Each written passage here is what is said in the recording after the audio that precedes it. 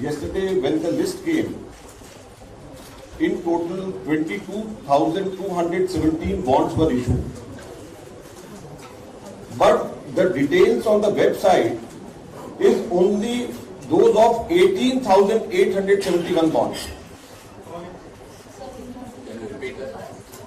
In total, 22,217 bonds, electoral bonds were issued ever since it started in 2018.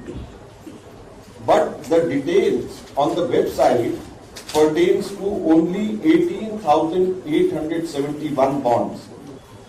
The details pertaining to 3,346 bonds is not available on the website. SBI has not given. So these 3,346 bonds, the total amount pertains to rupees 2,500 crores, around 2,500 crores. So whom the Modi government and the SBI is trying to shield? This is the first important question, and this is the biggest discrepancy which we would like to ask. Second, as Honorable Congress President has said, there should be an investigation directly under the Supreme Court, since Supreme Court has initiated this. And what should be the investigation do? It should link the IT notices, IT raids, ED notices and ED raids with these electoral bonds purchases. Because now when the names of these companies have come out, it is clear that most of these companies, they were either under IT scanner, they were given IT notices, IT income tax departments raided on them, ED raided on them, and then they purchased bonds. In a way they were forced to purchase bonds and give it to the BJP. This is another very important glaring discrepancy which has come out. The third important thing which Honorable President also has said, that around 50%, more than 50% of the total amount has gone to the BJP. Whereas the principal opposition party, the Congress party's share is just 11%. It is a difference of 39%.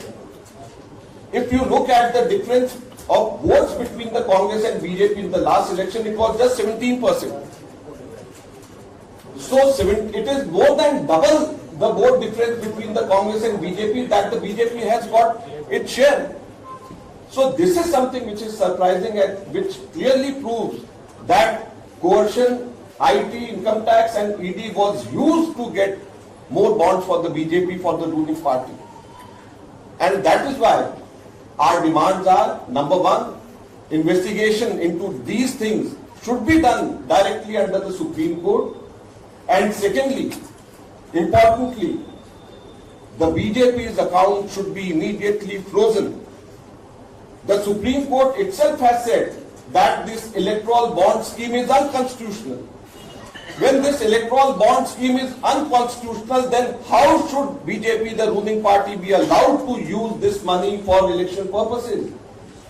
When Supreme Court itself has said that this bond scheme is unconstitutional, that is why it has scrapped this electoral bond scheme, then why should that money be used by the BJP for these election purposes? So these accounts should be immediately frozen.